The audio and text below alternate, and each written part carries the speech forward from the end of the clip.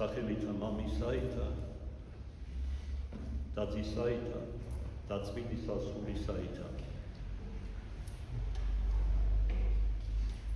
მართლმადიდებლები სამგვარი სახის მტრებს ვიცნობთ. პირას, სამშობლოსი და თავად მართლმადიდებლობისა და მისი ეკლესიისა. აქედანვე დავზეთ, რომ სავსებით ვიზიარებ წმინდა ფილარეტ მოსკოველის შეხედულებას, აღსარებლობას შესახებ ამისა, რომელიც ამბობს: გიყვარდეს მტერი შენი, როგორც თავადუფალი გვასწავლის, ებრძოდეს სამშობლოს მტრებს და გრძულდეს ქრისტეს მტრები. დღეს სარწმუნოებასა სულს მოვისაუბრო ჩვენი პირადი მტრების შესახებ, რომელსაც წმინდა ბაბები ჩვენს მაღვიძარებს უწოდებენ და მტრებს ამათ ხადიან მოყვასად, რადგან თავისი საქმიანობით ჩვენ დამოკიდებულებით, თული დამოკიდებულებით ისინი ძალაუნებურად გვაიძულებენ ხიზლად ვიყოთ, არაფერი შეგვეშალოს და მათი განკიცხვის და გაბოროტების საგანი არ გავხდეთ. უნებლიეთ ჩვენი მფარველი ანგელოზები არიან, როგორც ეს წმინდა მამა დაასკვნის. თავად უფალი ღმერთის მოგვიწოდებს ამისკენ. ის ჩვენგან ითხოვს არა მარტო იმას, რომ ზრუნავდეთ სულის აცხოვნებელად, არამედ უკვე დედამიწაზე ვეცადოთ სრულყოფილების მიღწევას. ვიყოთ ეგევითარი, როგორიც არის ჩვენი ზეციური მამა. აი სახელმწიფოს ერთ-ერთ ამაღლებულ ქადაგებაში, რაც ამბობს უფალი ჩვენი იესო ქრისტე.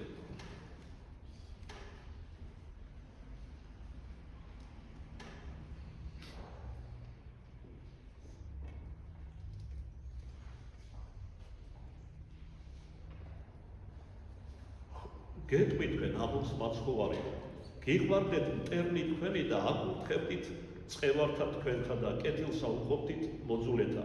ესე იგი არ არის საკმარისი, არ უპასუხო მტრობაზე მტრობით.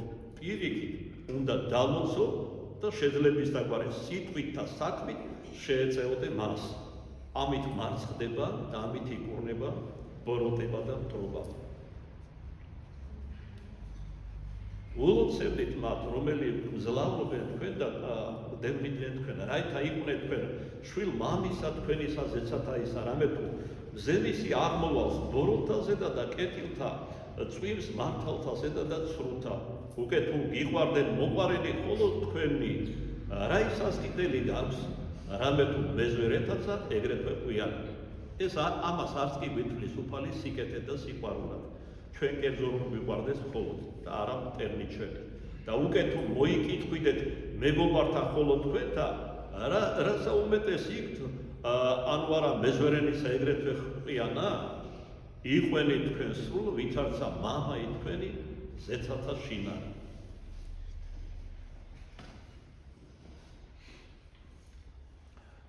ორიოდე დღის წინ ინტერნეტ სივრცეში ვეძებდი ჩემთვის საინტერესო მასალას და წავაწყდი ერთ ლექსს, რომელიც მართალია ლიტერატურული ღირსებით არ გამოირჩევა, მაგრამ გულთან ახლო მოვიდა ის აზრი, რასაც ატარებს ეს ლექსი.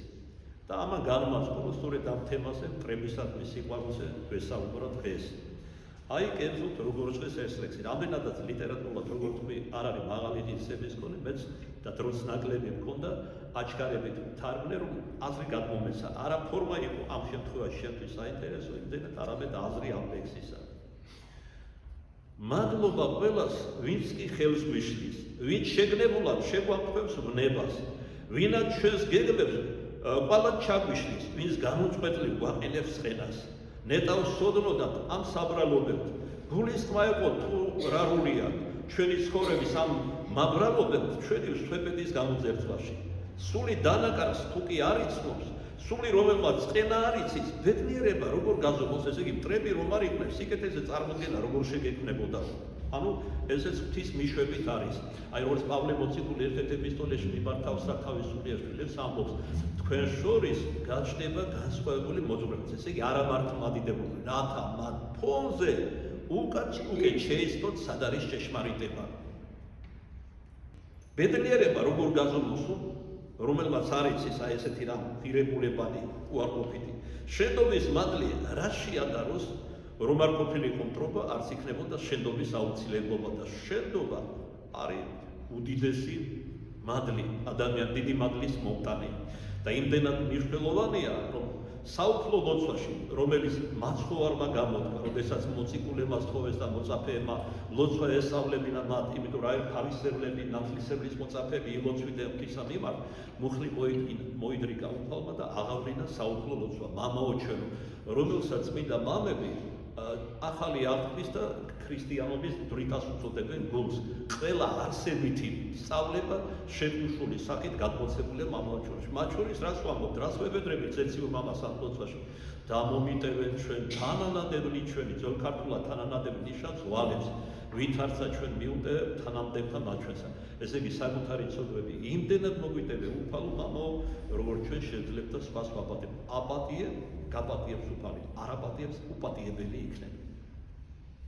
ეს იმდენად მძიმე ცოდვა ადამიანს წმინდად იცხოვს, მაგრამ ერთ ადამიანს მაინც არ მიუტევოს ცოდვები, სამოთხეში არ შევა. საზარელი სიტყვები არის თუ ჩავუფიქრდებით. ამიტომაც იყო რომ ზოგიერთი წმინდა მამა გვასწავლა უწინარესად ვიდრე რამე შესთხოვდეთ უფალს მათ შორის მოღვაწისთვის, ევედრეთ თქვენი მტრებისთვის.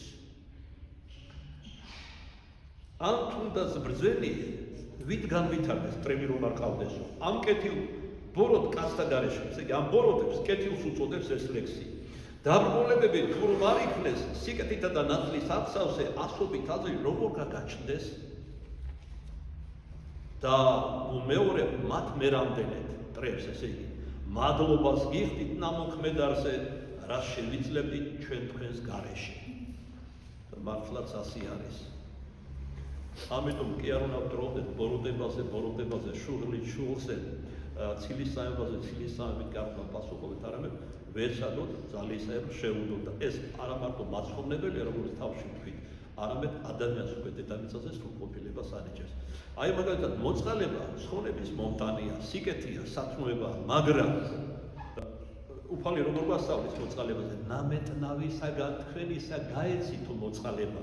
მაგრამ თუ შენ არ გაქვს ნამეტნავი და გაქვს ერთადერთი თქვა სამოსელი და ამას გასცენ, მაშინ ესე იგი ეს უკვე სრულყოფილება არის, არა უბრალოდ მოწყალების სათნოება. ამისი კლასიკური მაგალითი არაერთ წმინდა მამასთან არის და წმინდა და მართალ ადამიანთან. აი მაგალითად ერთბაშად გონებაში რამაც იფეთქა, ვისმა სახელმაც ფილარეთ მოწყალე, მადლობა ღმერთს ამ ტაძარში გვაქვს ფილარეთ მოწყალის ხატი.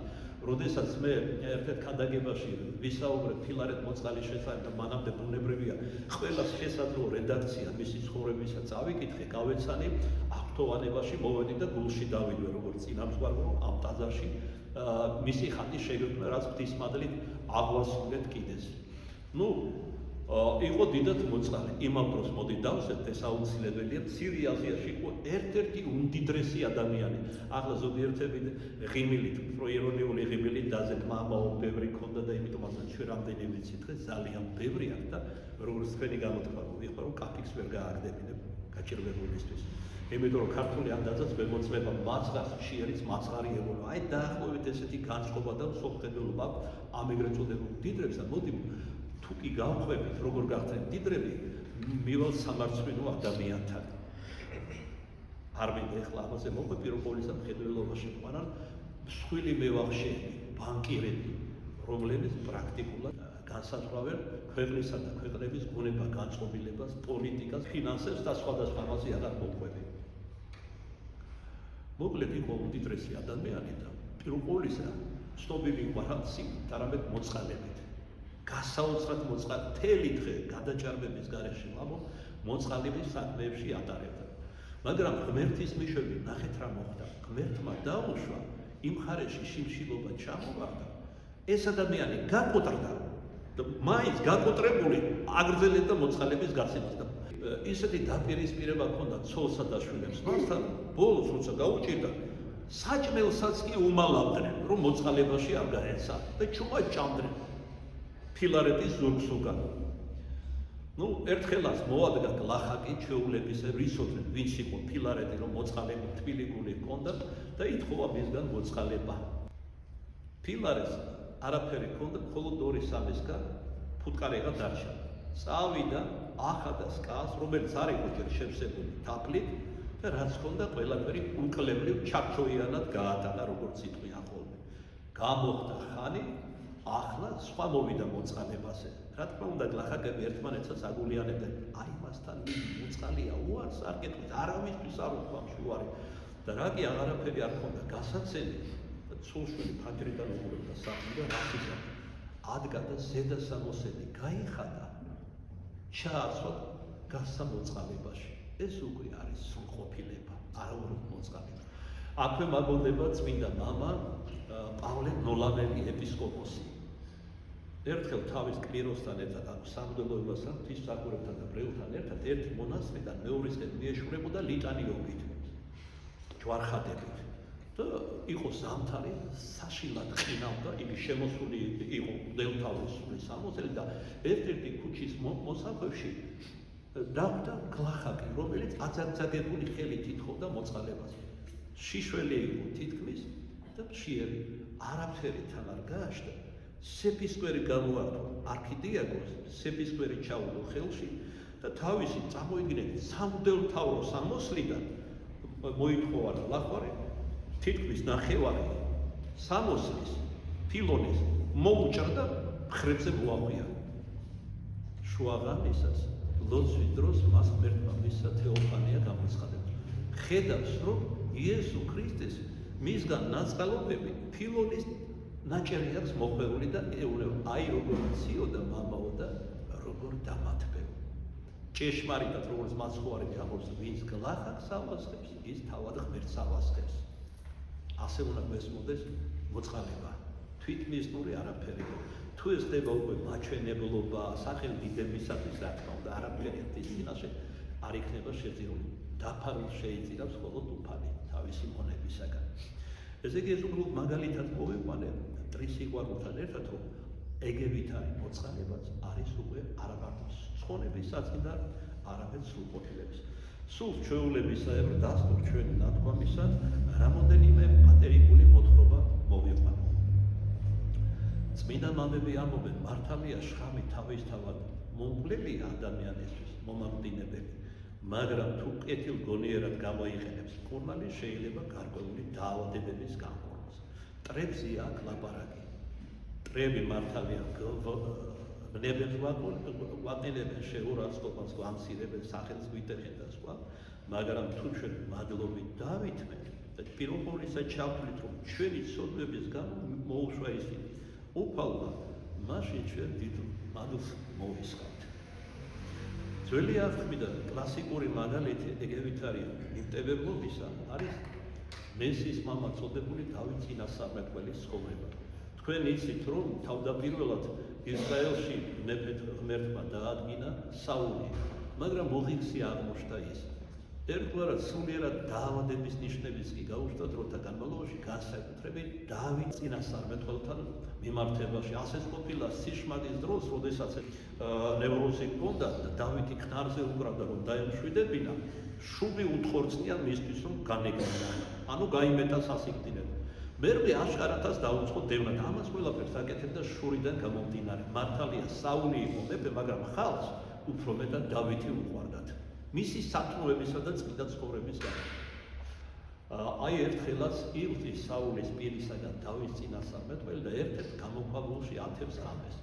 მოხდა ასე, რომ მის პალდაკვალ მიმავალ საულსა და მის მხედრობას შემოაღამდა, ძებნა დაიწყეს, ნადირს რომ არ ევნო და აი გამოქვაბული იყო, სადაც დავითი იყო დავანებული. მაგრამ არ იცოდნენ მათ ამის შესახებ და ღამით როცა ძილს მიეცნენ, დავითს გაეღვიძა და ხედავს, რომ საულ მეფეა და ასე შემდეგ. მოაჭრა მას სამოსლის ნაწილი, გავიდა გამოქვაბულიდან, ავიდა თავზე და გადმოსახა. მეფეს დაუძახა, მეფემ გაიღვიძა, დაცვა მხედრობა გამოვიდა და დავითი ასე უნდა დასაშელი ხართ ყველანი მის დაცვას უთხრა, რადგან ღვთისმწყებული მეფე არ დაიცავი და არ დაიფარეთ. და ამ დროს აჩვენა მონაჭერი სამოსლის საულის, ანუ მიახვედრა უთქმელად, რომ მე შემეძლო მომეკალი, მაგრამ დაგიდე და პირველყოვლისა იმის გამო, რომ მირონცხებული მეფე ხარ და მერვე იმის გამო, რომ ღმერთი მტრის სიყვარულს ვასწავლის. ერთხელ სინანულში ჩავარდა საული, თავიანება მისდევნას, შეცვლილი უკან დაბრუნდა, მაგრამ გამოხდა ხანი, არც თუ დიდი დრო და კვლავ მტრობამ გაიგვიცა მის გულში და ახლა უფრო მეტი სისასტიკით და მეტი მხედრობით დაუწყო მას ძიება, რომ მოეკლა. მოხდა ისეც, რომ შუაღამისას ერთ მაღალთას მიადგა, იქ დაიბანაკეს. დავითი იყო იმავე ხაზე, ამჯერად მან შეიპარა ბანაკში, შევიდა კარავში, სადაც საულს ეძინა, მის თავთით მიყუდებული შუბი აიღო და წყალი, რომელიც თავთით ედგა და გავიდა კარვიდან და ბანაკიდან. მეზობელ მთაზე, საპირისპირო, მოპირისპირე მთაზე ავიდა და იქიდან გადმოსახა მეფეს. მეფე და მხედრობა რომ გამოვიდა და ნახეს და იცნეს შუბი, მიხვდნენ, რომ ამჯერადაც დაინდო დავით მეფემ. საული თქვენიცი საბოლოოდ რომ საული ღმერთმა უარყო და ეს წევსი ბიჭი დავითი აკურთხა მომავალ მეფედ და ასეთი მეფე იშვიათად ყოფილა დედამიწაზე, არათუ მხოლოდ ისრაელში. ახალ ართმაში მსგავს მაგალითად რა მოვიყვანოთ, მაგალითად იაკობ მოციქული, რომელიც პირველ მოწამეა მოციქულთა შორის. ერთხელაც როცა სინაგოგის კონკურსზე იყო ასული და იქიდან ღვთის სიტყვას ქრისტემ ასულმა გადაგებდა, შურითა და ბოღმით ამსილმა წიგნობარ ფარისევლებმა მას ხელი კრეს და გადმოაგდეს სიმაღლიდან.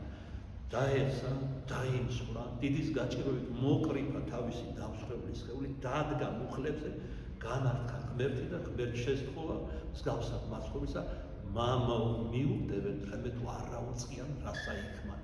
მაგრამ ასეთ სიყვარულსაც კი გული არ მოუვია წიგნობარ ფარისევლებისთვის, მათ ქვები დაატარეს და ჩაქროლეს და ამგვარად აღესრულა იაკობ მოციქული. სხვა წმინდა მამა იმავე საუკუნისა სტეფანე პირველ მოწამე, რომელსაც როგორც იცით, პავლე მოციქულის ხორციელი ნათესავიც იყო, შეიპყრეს იგი და მათ შორის პავლეც იყო, გაიყვანეს ქალაქგარეთ, რათა ჩაექოლან. სამოსელი გახადეს, რომელსაც პავლე იცავდა, რომელიც დევნელი იყო მაშინ ქრისტიანების და პარინდობდა არც უახლოეს ნათესავებს. მწვავალი იყო ქრისტიანსა წინაშე და გახდა ყველაზე გულმოდგინე მქადაგებელი, როგორც ოქროპერი ამბობს, ისეთი როგორც პავლეა, არასდროს არ ყოფილა დედამიწაზე და არ იქნება ქრისტეს მეორე. ყველაზე გულანთებული მქადაგებელი შეიქმნა ქრისტესთვის და მრავალგზის სასიკვდილე განსაცდელებში იყო შეიმშილეს ცხოვრებაში, ყინვაში, შიშლოებაში და ესე შემდეგ და ყოველივე დაიფინა მაცხოვრის სიყვარულის. მოკლედ სტეფანეს ქვადაკრიბეს. ამ დროს წმინდა გადმოცემით ღვთისმშობელი მარიამი იდგა მაცხოვრის რამოდენიმე მოწაფესთან ერთად მოშორებით და ევედრებოდა თავის ზეს და ღმერთს, რათა განემტკიცებინა მოწამეობაში სტეფანე პირველ მოწამე. და მართლაც ღვთისმშობლის და ქრისტეს მოწაფეთა მოწვით ასეთი მანუგეშებელი, ნუგეშილისებელი გამოცხადება იხილა სტეფანე. ცანი და ცანი განიყვნეს და იხილა ქრისტე მაცხოვარი მდგომარე. მამის მარჯვენა, არა მჯდომარე, რაც თანაარსებას გამოხატავს, არა მდგომარე მამათა განმარტებას, ეს ნიშნავს, რომ ის არაუბრალოდ უმზერდა სტეფანეს მოწამეობას, არამედ თანაუგრძნობდა მასთან ერთად იბრძოდა და ღვთის მადლით, ღვთისმშობლის ლოცვით სტეფანემ ჩააბარასული და პირველი შეირაცხა, ერთ-ერთი პირველი იაკობთან ერთად მოწამეთა შორის. ერთ უდაბნოში ერთი ასკეტი მამა ცხოვრობდა ეგვიპტის უდაბნოში. თქვენ იცით, რომ უწინ ბერები და დღესაც დებდნენ სხვა აღთქმასთან ერთად უპოვარების აღთქმას, რომ პირადი ქონება არაფერი არ ეკნებოდათ. მაგრამ პირველ მონასტრებში პიმენი დიდისა და სხვა მათ საკუთარი შესამოსელისი აქვთ. საერთო იყო აბსოლუტურად არ მარტო ტრაპეზი, საეკლესიო საკრავი ნივთები და სხვა, არამედ სამოსელიც კი მონაცვლეობით იცვალდნენ. და მოკლედ ეს ბერი იყო ჭეშმარიტ დღეს დღევანდელ ბერებზე, რასაც ვერ ვიტყოდი და ეს დროებამაც მოიტანა, მამონასული შემოვიდა. ჩვენი ცნობიერება მოწამლა არა მარტო საზოგადო დერში, არამედ ეკლესიაშიც, წმინდა ადგილას, სადაც როგორც ვიცით, წინასწარმეტყველებათა მიხედვით საძაგელი მოოხრებისა ადგილას, სადაც არ უნდა იყოს. ისი ნიშნებიც უკვე სახეზია, როგორც სიტყვიან ხოლმე. ერთი სიტყვით უპოვარი მამა იყო და ერთხელაც ავაზაგები დაესხნენ. და უთხრეს, რომ ყველა ნივთი რაც კი ჰქონდა გამოეტანა. რა ეკნებოდა? ლოცვანი ჰქონდა, წყლის ჭურჭელი, ხის ტახტი იდგა და ჭილობი, რომელშიც მერე მარხავდნენ იმ ბერებს, რომელსაც ეძინან. წინ ბერები მკაცრად მოღვაწენი იყო და ასკეტურად უდგებოდნენ ძილსაც, რომელიც უდიდესი ნუგეში და ძალის ფონტანი არ არის ადამიანისთვის. და საბოლოოდ გამოუტანა ყველა ეს ნივთი, გადასცა ავაზაკებს, 1-2 ხელის მიარტყეს ავაზაკებმა, უკმაყოფილოდ, იმიტომ რომ არაფერი არ ეყვა ესეთი, რაც მათ მოხიბლავდა და დადგნენ გზას. ამასობაში ამ ბერს მოაგონდა და რომელიღაც დაძუნწილი შესამოსელი ჰქონდა.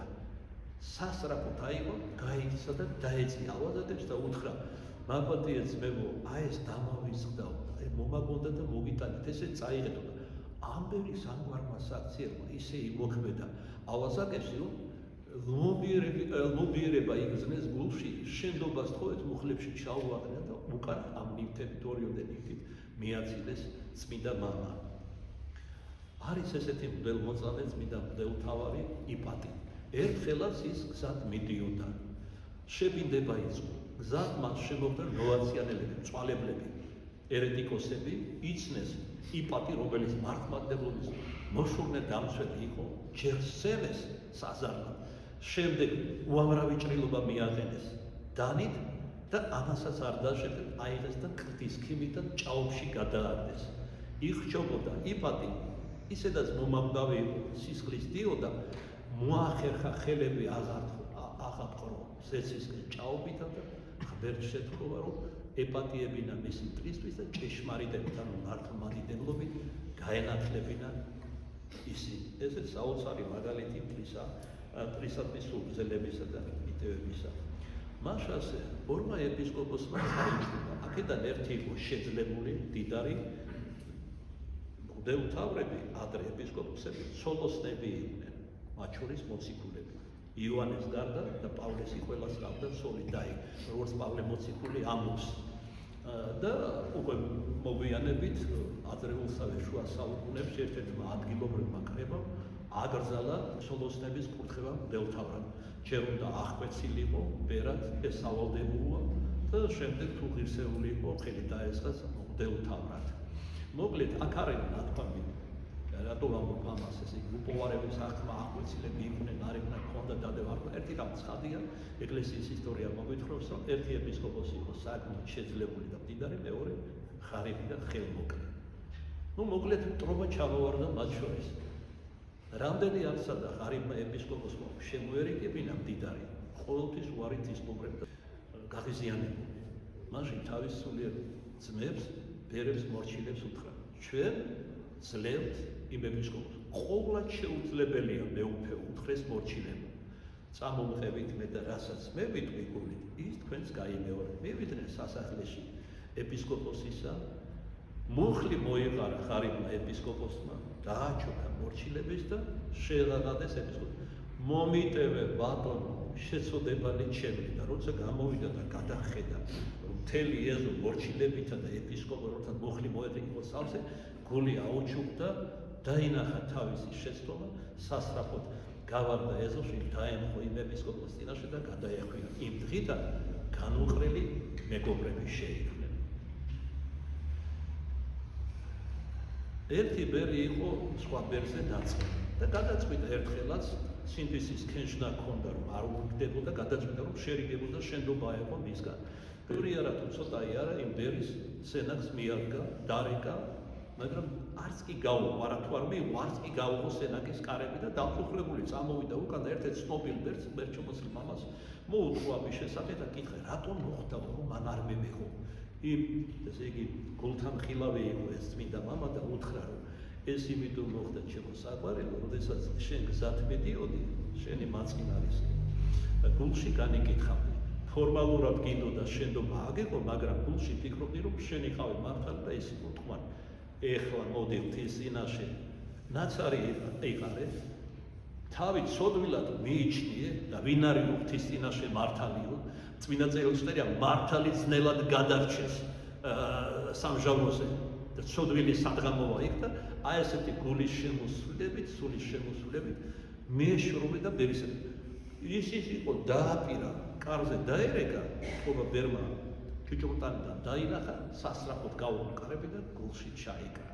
აი როგორი ძალა აქვს ჭეშმარიტ გულის შემოსვლებას და თავის დადანაშაულებას. თქვენ იცით, რომ არის ასეთი წმინდა მამაც, დიდად სახელგანთქმული იოანე მოწყალე, ალექსანდრიის ეპისკოპოსი. თავად ზედსახელით მეუბნება, რომ მართალია მრავალი სათხოვება ჰქონდა, მაგრამ განსაკუთრებულად მოწყალების მას მერე შეიქმნა განსაკუთრებულად მოწყალე, როცა უჩვეულო ხილვა იხილა. კერძოდ რა, ერთხელაც ძილად მისვლის ლოცვის მერე, როცა ძილს მიეცა სიზღვრებულ ჩვენებაში ძილსა შორის ხედავს, რომ სამოთხეშია ატაცებული და თეთრად მოსილი კაცები აშენებენ სასახლეს და დაეკითხა, ვისია ეს შენია. მაგრამ როცა გაიხედა, დაინახა, ანგელოზები ხან აშენებენ და ხან არ აშენებენ, რატომ? აი როგორც იღებ მოწყალებას, ისე ვაშენებ. სადაგდღეებში მოწყალებას გასცემ, შაბათ-კვირას არ გასცემ, მხოლოდ წირავ. იმ დღიდან როცა გამოიღვიძა, დაიწყო ამრავლა მოწყალებისადმი ბაჩორის შაბათ-კვირასაც. ერთი მდიდარი ადამიანი იყო ალექსანდრიაში, არისტოკრატი, რომელსაც ძალზედ უყვარდა ივანე მოწყალე მისი უბრალოებისა და ალალიგულის გამო და ერთხელაც ეწვია საეპისკოპოსო სახლში, კერძოდ მის სამლოცველოში, სადაც წირვას ატენებდა ივანე მოწყალე. ერთი ამითაც იმშელე, როგორი თავმდაბალი ეპისკოპოსი, მაშინ პატრიარქები ჯერ კიდევ არ იყვნენ, ალექსანდრიის ეპისკოპოსები, არქიეპისკოპოსი იყო, წირვას ატენებდა და ერთადერთი მე დავითნე მგალობელი ხავდა წირვაზე, დამხმარედ. და როცა მდიდარი მივიდა, კარგად გალობა, სმენა ჰქონდა მუსიკალური და ითხოვა და მანაც იწყო გალობა წირვა ლოცვაზე. როდესაც მივიდნენ შუაგულ წირვაში, როდესაც იგალობება საუფლო ლოცვა, მამაო ჩვენო და დაიწყეს გალობა, ეპისკოპოსი ივანე გალობდა, ციგნის კითხვა გალობელი და ეს მდიდარი. როდესაც მივიდნენ ლოცვის ამ ადგილას, დამომიტევენ ჩვენ თანანადებნი ჩვენი ვითარცა ჩვენ მიუტევენ თანამდებთა მაჩვენთა ივანე გაჩნდა, გალობელს ანიშნა ხელით, რომ გაჩვენებული იყო და მხოლოდ მდიდარი აკურთხა დაესრულები. როდესაც ლოცვას მორჩა, მდიდარი ვერ მეხვდა, რატო მოიცასე.